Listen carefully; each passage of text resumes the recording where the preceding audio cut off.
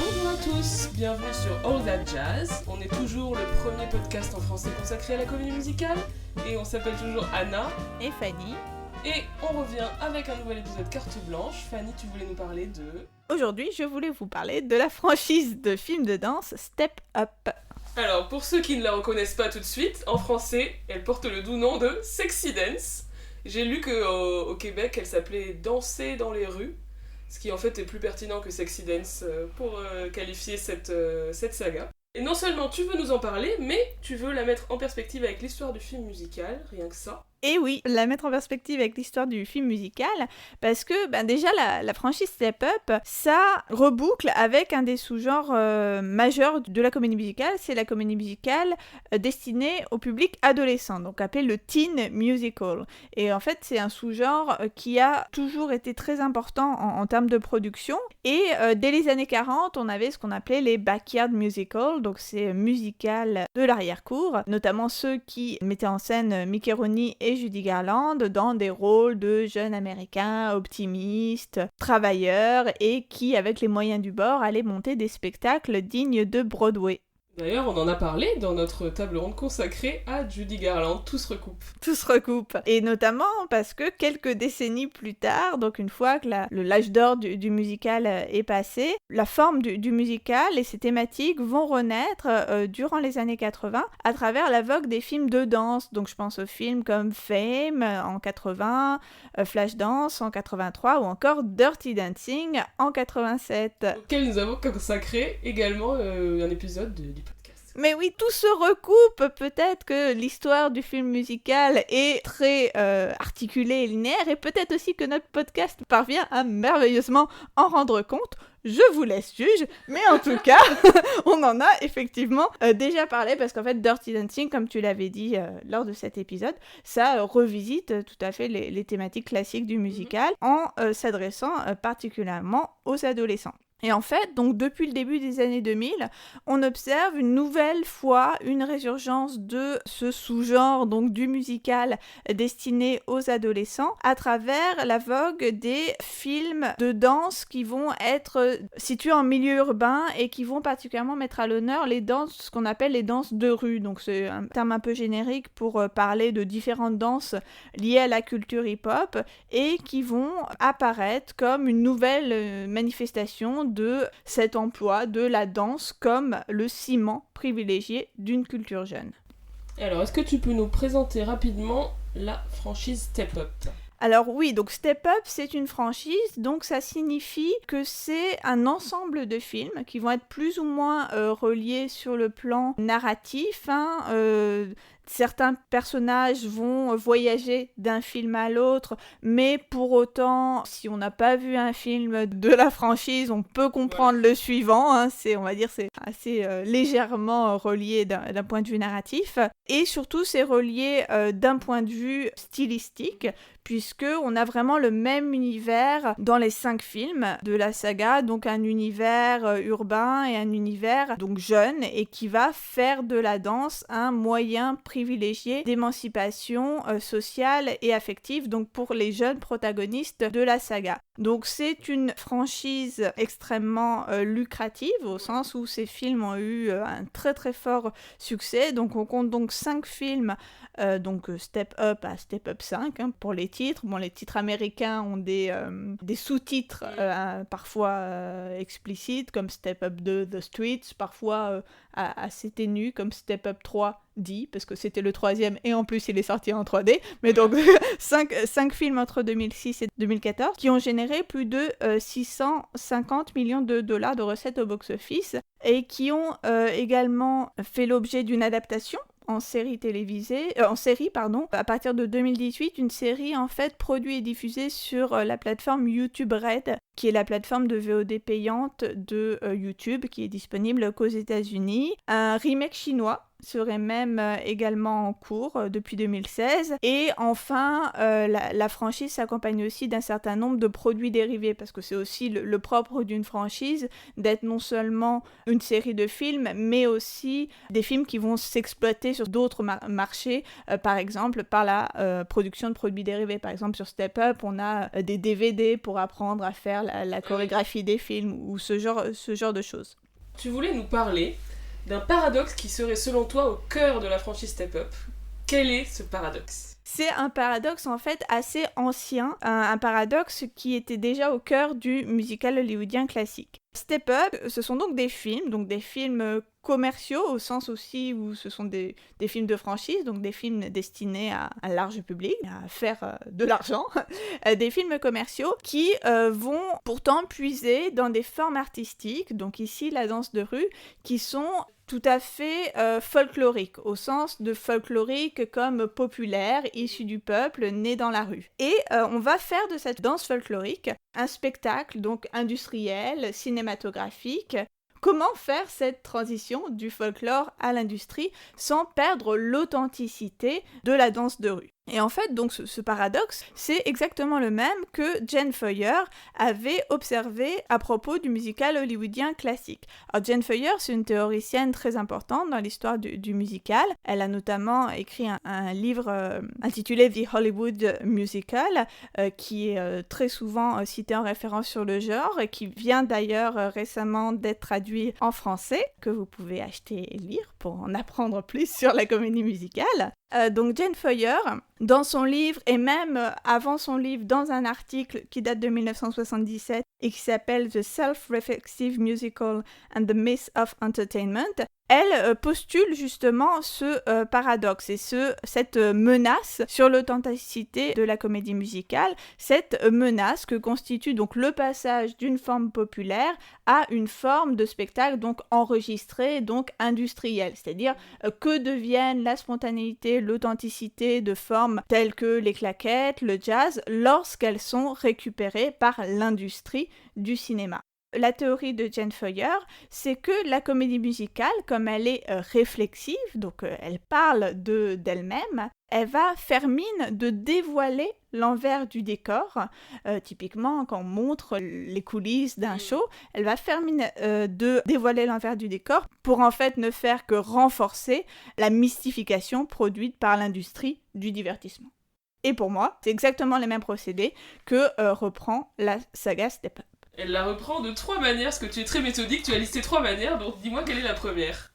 Alors la première des manières dont Step Up, comme le musical hollywoodien classique, va contourner ce danger de perte de spontanéité dans le passage au cinéma, c'est en célébrant la spontanéité collective de la danse de rue. En fait, dans le musical hollywoodien, c'est quelque chose d'assez classique de montrer combien la danse, ça va permettre de créer du lien social entre les gens, permettre de créer une communauté. Dans Step Up, c'est la même chose. La danse, elle est d'abord envisagée comme quelque chose de collectif. Donc ça permet à la fois de la réinscrire dans une culture populaire, au sens d'une culture issue du peuple, mais aussi de l'associer à des valeurs de loyauté, de solidarité, qui sont d'autant plus fortes parce qu'elles passent en acte. Elles passent par la danse et donc elles deviennent naturelles. La danse dans Step Up, ça permet de fonder le crew, donc la troupe, le groupe. Et le crew, c'est donc une sorte de famille d'adoption dans laquelle chacun va trouver une place. Et une scène typique du genre qui va montrer le crew, c'est sous la forme d'une revue de talent. C'est-à-dire qu'on va passer un à un les membres du crew et montrer chacun dans sa spécialité pour suggérer finalement que le crew n'est complet que lorsque toutes ces spécialités sont réunies. Donc cette revue de talent, c'est vraiment une scène archétypale du genre qu'on retrouve dans quasiment tous les opus de la saga et qui permet de lier ainsi danse et collectif. Et une autre façon dont on va lier danse et collectif, c'est que dans les films de la saga Step Up, non seulement on nous montre un groupe, mais surtout on nous montre un groupe en train de se faire. Et on nous montre la place que prend la danse dans cette constitution du groupe. C'est un cheminement vraiment typique du backstage musical. Juste pour rappel, pour ceux qui n'auraient écouté aucun de nos épisodes précédents, le backstage c'est un sous-genre de la comédie musicale qui se passe dans le monde du spectacle, qui montre généralement la préparation d'un... Bah oui, parce que là, on a toujours la préparation d'une performance, même si on n'est pas officiellement dans le monde des professionnels du spectacle, on a un certain nombre de répétitions, et l'importance de la danse dans la constitution du groupe va naturellement passer par un certain nombre de performances imparfaites. Et ce cheminement est particulièrement frappant, il me semble, dans le deuxième opus de la saga, un de mes préférés, je l'avoue, qui donc s'appelle Step Up to the Streets. Donc rapidement, ça se passe à Baltimore, et ça nous raconte l'histoire de Andy, donc une héroïne, qui fait partie du crew des 410. Donc 410, pourquoi ? Parce que 410, c'est l'indicateur téléphonique de Baltimore, donc c'est le crew en fait qui règne en maître à Baltimore, mais en fait, elle va être forcée d'intégrer une école de danse, la prestigieuse Maryland School of the Arts, qu'on abréviera sous le nom de MSA. Et une fois qu'elle a intégré la MSC, elle n'arrive plus à combiner sa participation aux actions du crew et sa scolarité, et elle sera virée du crew. Pas facile, un moment difficile pour notre héroïne, mais elle rebondit en décidant de former son propre crew, avec d'autres élèves en fait de la MSC qui eux aussi vont se trouver un peu en marge du système. Et donc une fois qu'elle a constitué ce nouveau crew, ils vont affronter donc les 410, donc l'ancien crew, c'est ancien crew versus nouveau crew, dans une première battle. Alors cette première battle est un échec, il faut le dire, cinglant pour la crew de la MSC. Oui, c'est une séquence assez gênante, on peut dire qu'ils se tapent grave la honte. Oui, c'est vraiment ça, c'est gênant parce que, en plus on a vu que individuellement ils étaient forts, enfin ils étaient talentueux, mais clairement ils savent pas comment danser ensemble, enfin ils se tapent la honte parce qu'en fait ils accumulent les erreurs. Alors il y a déjà une double erreur vraiment basique qui est sur le niveau de danse exigé pour la compétition, parce qu'ils ont beau être talentueux, là clairement ils sont pas trop foulés dans ce qu'ils ont proposé, on les voit faire une chorégraphie extrêmement simple et en plus réalisée de façon un peu approximative, et c'est bien évidemment accentué par la façon dont la danse est filmée, avec un cadrage en plan serré qui va vraiment gâcher l'effet d'ensemble, et avec de nombreux contre-champs sur un public très désapprobateur qui fait « bon, c'est nul ». À l'opposé, donc la danse de leur adversaire, les 410, ils vont faire une danse donc déjà hyper spectaculaire avec des sauts, des glissés, et une danse qui va être filmée en plan large avec des alternances d'échelles et d'angles de prise de vue pour montrer aussi que chacun des danseurs est talentueux et qu'en plus ensemble ils sont absolument exceptionnels.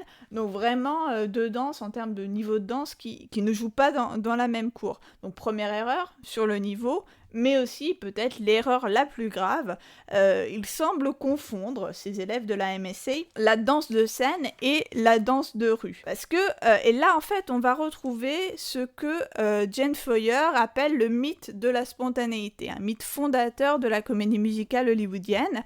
Les performances, dans la plupart des cas, elles ne doivent pas apparaître comme répétées. Elles doivent simplement être l'expression naturelle, si brillante que naturelle, des émotions brutes des danseurs. Dans Step Up, les membres de la MSA Crew, ils se font railler en fait par le maître de cérémonie qui leur dit This ain't High School Musical, hein, on n'est pas dans High School Musical.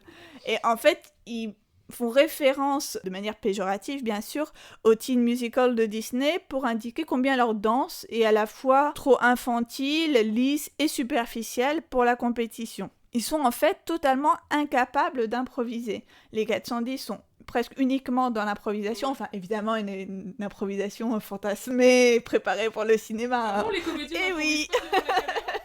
Mais ils incarnent ces capacités d'improvisation, alors que la MSA Crew est totalement tétanisée face à l'imprévu.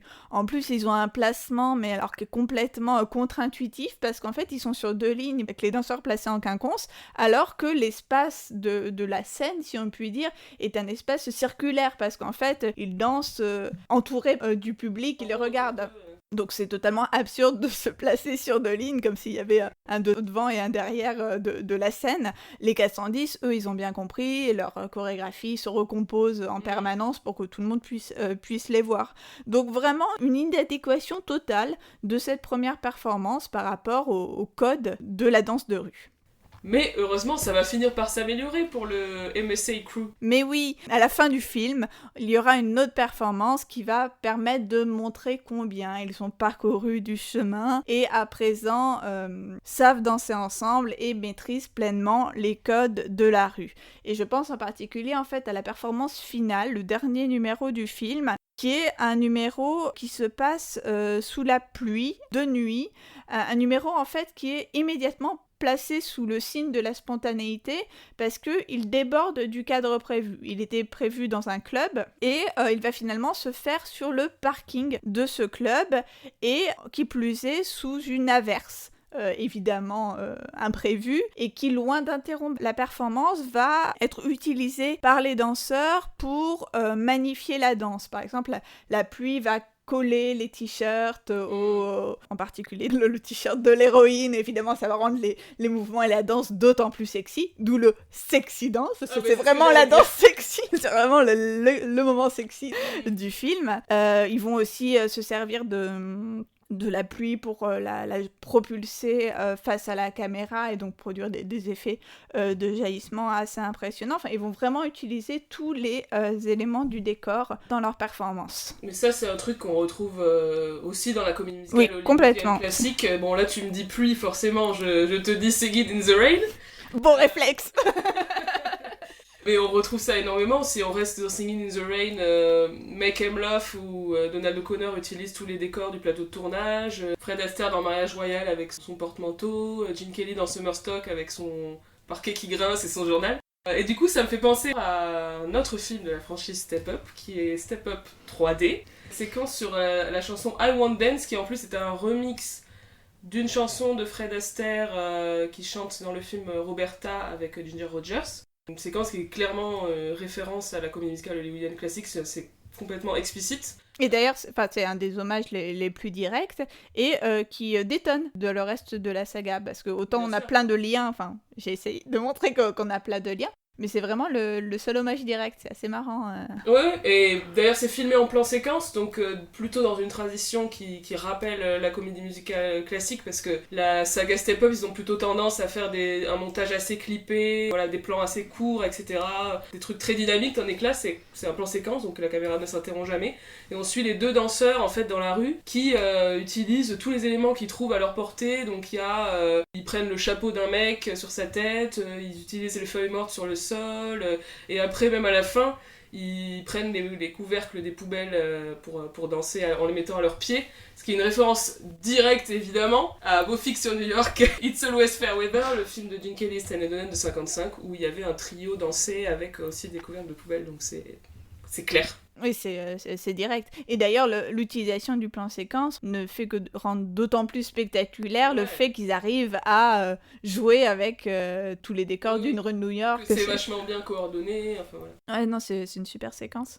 Et un élément supplémentaire sur cette dernière séquence de Step Up 2 que j'évoquais tout à l'heure, c'est une performance qui va donner à chacun l'occasion de briller. Chacun des danseurs va successivement mener la danse. D'ailleurs, par exemple, lorsque c'est le personnage de Moose qui va diriger le demi-groupe, parce qu'à un moment donné, ils se séparent en demi-groupe, ça va être une chorégraphie plutôt debout, tandis que quand c'est le personnage de Cable, qui est interprété par Harry Shum Jr., qu'on voit également dans Glee, tout à fait, qui est le personnage de Mike. Donc voilà, quand c'est Cable qui danse, c'est plutôt de la danse au sol, donc chacun va donner sa patte momentanément au groupe, et je pense que c'est très intelligent le fait de lier réussite de la performance et avènement du groupe, parce que ça montre bien que le fait de faire partie d'un groupe, ça permet non seulement de s'exprimer individuellement, mais aussi de faire et de réussir collectivement. Donc je pense qu'il y a quelque chose d'assez intéressant sur ce côté-là.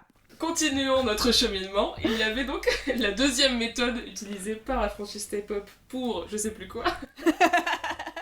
Oui, donc la deuxième façon dont Step Up transmet l'authenticité de la danse de rue, c'est en faisant partager aux spectateurs l'expérience singulière que constitue le fait de danser. Là encore, c'est une technique qui n'est pas très nouvelle. Le fait d'insister sur ce que procure le fait de chanter et danser, le bonheur que procure le fait de chanter et danser, bonheur d'autant plus important dans le cas de Step Up que la danse est souvent synonyme d'émancipation, de liberté pour des personnages plutôt... qui ont des vies pas faciles, voilà, socialement parlant, issus de milieux populaires, qui voient vraiment dans la danse une échappatoire. Donc c'est quelque chose d'assez commun dans le musical hollywoodien classique, parce que la danse va toujours être valorisée, enfin le fait de chanter et de danser va être valorisé comme source de plaisir infini. Ben là, on peut redonner l'exemple de Singing in the Rain, What a Glorious Feeling, etc. Enfin voilà, c'est vraiment la chanson du bonheur, quoi. Pour le plaisir du chant, on peut penser à Judy Garland, parce qu'on aime toujours citer Judy Garland dans Summerstock, qui chante If you feel like singing, sing, etc. Qui enjoint le spectateur et les autres personnages, etc. à chanter, parce que c'est une source de joie et de plaisir, etc. Et alors, ce qu'on retrouve aussi dans Step Up par rapport au musical hollywoodien classique, c'est que non seulement la saga va dire que chanter et danser, c'est super, enfin, danser plutôt, on chante assez peu finalement dans Step Up, que danser c'est super, ça va procurer du plaisir, mais on prend soin aussi de définir la forme de danse qui va le plus procurer de plaisir, avec une opposition en fait entre différentes formes de danse. Dans la comédie musicale hollywoodienne classique, par exemple, c'était souvent une opposition entre le classique et le jazz. Un exemple archétypal de ce type d'opposition, c'est l'entrepreneur Monsieur Petrov, dans lequel Fred Astaire incarne un faux russe danseur de ballet qui, dans la danse classique, est extrêmement contraint dans son expressivité, mais qui lui en fait veut danser du jazz. Et en fait on retrouve typiquement cette opposition entre classique et donc cette fois pas jazz mais danse de rue, dans Step Up et en particulier dans Step Up 2 où on a une scène qui met en parallèle par un montage alterné les répétitions de Andy et de Chase, qui est un autre élève de la MSC qui va être son intérêt romantique. Et en fait, elle est forcée à prendre des cours de classique parce qu'elle n'a pas la structure de base du classique, elle n'a pas la discipline du classique. Donc elle essaye de faire une pirouette, mais elle se casse totalement la gueule en fait parce qu'elle n'est pas du tout adaptée à danser avec la jambe bien en dehors, enfin avec la posture du classique. Tandis que Chase, à côté, va effectuer une même pirouette, mais une pirouette qu'on dit en dedans, donc c'est en fait avec une orientation du corps différente, qui va être extrêmement bien réalisée et qui va être hyper énergique, tandis qu'elle, avec sa pirouette classique, elle était vraiment pas très à l'aise. Ça permet en fait ce genre de choses de mettre en parallèle les deux formes de danse et notamment de suggérer que la forme la plus naturelle, la forme la plus prompte à illustrer l'émotion du danseur, c'est la forme vernaculaire, enfin la forme folklorique, qui est la danse de rue. Et que finalement, c'est la danse de rue qui va permettre à Andy de s'exprimer pleinement. Et ça, on le retrouve dans tous les films de la saga. J'ai regardé le 4 très récemment pour préparer cette émission, donc Step Up Revolution, je crois qu'il s'appelle. Là, c'est un peu différent de Andy parce que le personnage féminin, l'héroïne, elle connaît bien la danse classique. Elle est confrontée à une professeure de danse très prestigieuse, etc., qui lui demande d'aller au-delà, au contraire, de la technique et de prendre des risques, de trouver quelque chose qui est à elle, qui est original, etc. Et c'est ce qu'elle va faire en intégrant donc le groupe The Mob, qui font des flash mobs hip-hop dans la rue, etc.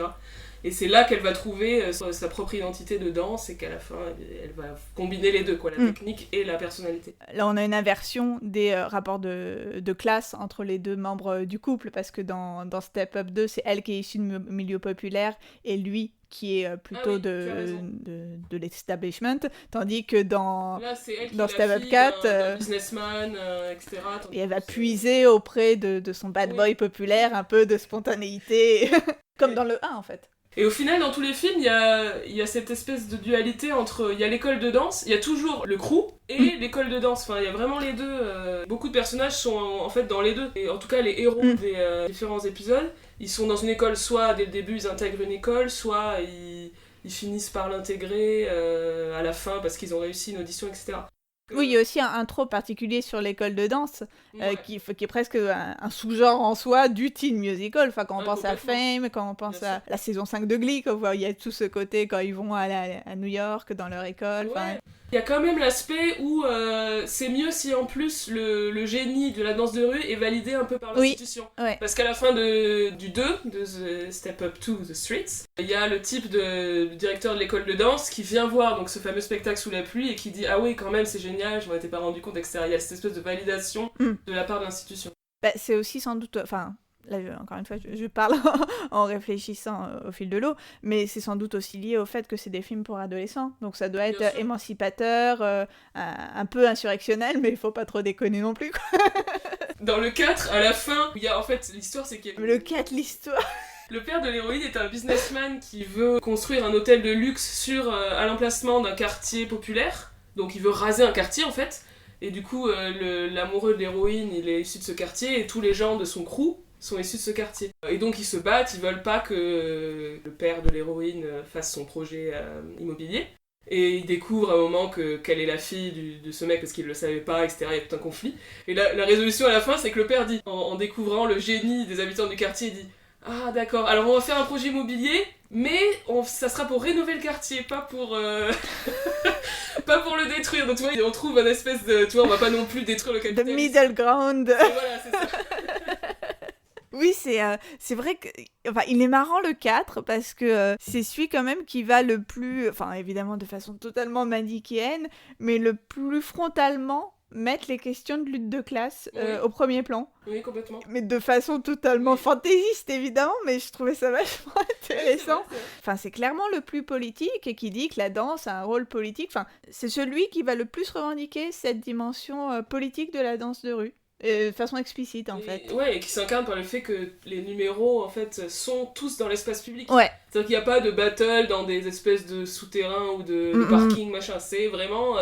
du happening c'est des constant, happenings, quoi. ouais, c'est ça, ils font ça dans la rue et à la fin, ils font ça dans leur quartier pour présenter la beauté de ce quartier populaire, etc.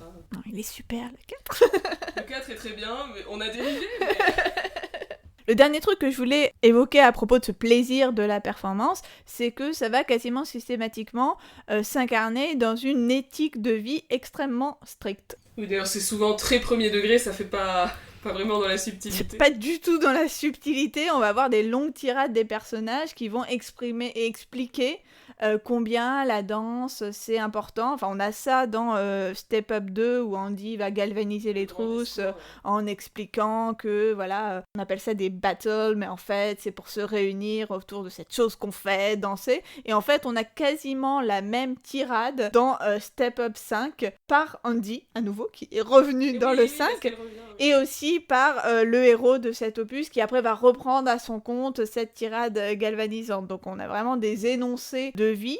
Et dans ce discours sur la danse, ce qui est assez marrant, c'est que alors qu'on est souvent dans la configuration de la battle, donc par définition de la compétition, on explique que on fait ça avant tout pour le plaisir. Que finalement, gagner... Même lorsqu'on est dans le cas d'un concours, d'un télécrochet, c'est le cas dans le 5, gagner finalement c'est accessoire, c'est que le bonus qui récompenserait ce qui est déjà le plaisir de danser en soi. Et en fait ça m'a fait penser à une éthique hyper forte du backstage musical des années 30, qu'on pense aux films de la Warner, ou qu'on pense aussi à certains films avec Fred Astaire. Et je pense en particulier à un film qui s'appelle Broadway Melody de 1940, un film avec Eleanor Powell, George Murphy et Fred Astaire, un film dans lequel, suite à un quiproquo, notre pauvre Fred Astaire ne devient pas le partenaire de la danseuse talentueuse incarnée par Eleanor Powell, qui est en fait une star. C'est son coéquipier qui va être choisi à sa place, à la suite d'un quiproquo où ils ont été confondus tous les deux, qui va être choisi à sa place pour être à côté de Eleanor Powell. Et Fred Astaire, Va-t-il dissiper ce malentendu? Que nenni! Il va,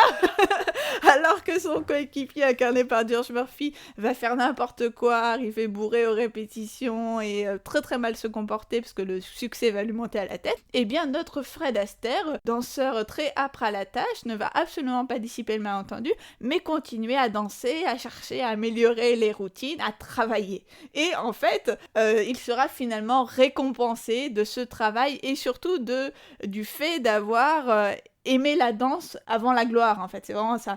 Il me fait placer au premier plan le plaisir de danser, et bon, et finalement, il est récompensé et obtiendra le premier rôle. Cette éthique de la danse, cette âpreté au travail, je pense aussi que c'est quelque chose d'assez américain, dans cette idée de, voilà, une éthique un peu protestante, de travail, l'effort, la méritocratie, l'effort pour l'effort, pas l'effort pour quelque chose, vraiment pour la beauté du travail.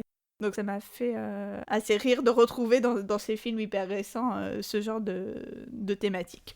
Il y avait un troisième aspect que tu voulais évoquer. Oui, alors le troisième aspect, c'est celui sur la réflexion que les films vont intégrer sur la médiatisation de la performance. Donc, c'est-à-dire le fait qu'il s'agisse d'une performance enregistrée. Puisque à la base, la danse de rue, c'est un spectacle spontané, comme on dit en français, du spectacle vivant.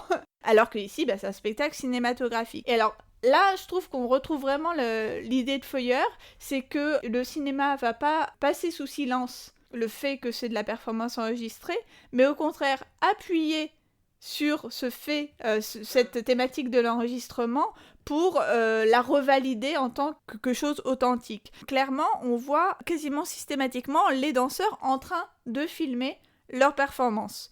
Souvent, on va voir un numéro et un plan d'insert un plan de détail sur une caméra discrète qui est là en train d'enregistrer la performance. En plus, non seulement on voit la caméra, mais en plus, on va avoir des plans vus à travers la caméra, c'est-à-dire des plans où on va voir la danse à travers le dispositif, donc avec un petit voyant d'enregistrement présent à l'écran. Et de façon un peu amusante, c'est ces plans donc qui sont évidemment enregistrés, qui vont apparaître comme les plus spontanés, comme étant simplement l'enregistrement, on va dire, basique de quelque chose en train de se passer. C'est ces images qui vont apparaître comme l'expression la plus spontanée du spectacle vivant. Tu voudrais dire que la saga Step Up nous manipule un peu ? Non, mais non. Peut-être un tout petit peu avec de tels procédés. Non seulement on va enregistrer la performance, mais surtout ça sera hyper important de la diffuser. Et comment est-ce... En fait, on justifie cet enregistrement par le fait que les danseurs vont se servir de cet enregistrement pour diffuser leur performance, pour montrer au monde ce qu'est leur talent. C'est le principe de ce que font The Mob, ce que tu évoquais tout à l'heure. Dans l'épisode 4, ils surveillent les vues YouTube de leur... C'est ça. Ils les surveillent aussi ensemble, et aussi un côté un peu communautaire de se regarder danser ensemble sur un écran. C'est assez marrant comme les différents aspects vont réussir à se compléter, et l'enregistrement et la diffusion de la performance vont être présentés comme des gestes politiques, au point que parfois on va même intégrer ça à la culture internet. Dans Step Up 2, on nous explique que la vidéo internet, la vidéo virale, fait partie intégrante des codes de la rue, parce que c'est grâce à cette vidéo qu'ils vont réussir à défier un autre crew. Donc la médiatisation est totalement intégrée dans ces films aux codes de la rue. Et enfin, il y a un dernier élément sur cette tension entre différents médias, c'est la question du télécrochet. En particulier, dans Step Up 5, ils vont participer à un télécrochet pour donc gagner un prix et gagner surtout la possibilité de vivre de leur art en ayant un spectacle régulier à Las Vegas. Donc on passera sur le glissement en fait entre le fait de se produire dans la rue et à Las Vegas, mais a priori pour les protagonistes il n'y a pas de souci d'éthique majeur dans ce glissement. Mais là où l'éthique peut entrer en ligne de compte, c'est que comme c'est un télécrochet, en l'occurrence ça devait être truqué. Parce que la télévision, c'est forcément quelque chose de commercial, donc de un peu malhonnête et truqué. Et là encore, c'est une façon de mettre à distance le problème que pourrait causer le cinéma en voulant faire de cette danse de rue un spectacle cinématographique. Finalement, dans ce cas-là, on trouve un autre ennemi qu'est la télévision. Et d'ailleurs, la télévision, je sais plus dans lequel c'est, mais on montre que la télévision, c'est ceux qui disent « Ah, c'est pas bien ces gens qui sont dans la rue », mais dans le 4, au début, il y a des émissions télé. Oui, dans le 2 aussi. Perturbation de l'ordre public, etc. Dans le 2, il y a une scène où justement, où il y a la tutrice de Andy qui voit les actualités et qui parle des 410, et elle a dit « Oh là là, t'étais encore en train de traîner avec les 410 » ou quelque chose comme ça. Donc oui, ça c'est omniprésent, le fait de réutiliser les images des performances pour les mettre à distance, cette idée du journal télévisé qui comprend rien évidemment au code de la danse, c'est hyper présent. Donc voilà un peu ces différentes réflexions que j'ai eues sur Step Up et sur les façons dont, il me semble, il rentre pleinement en fait dans la tradition du musical hollywoodien classique. Eh bien, c'était vachement bien. Merci. Merci Fanny. Merci à toi. Et on se retrouve bientôt pour un nouvel épisode de All That Jazz. À bientôt. Salut.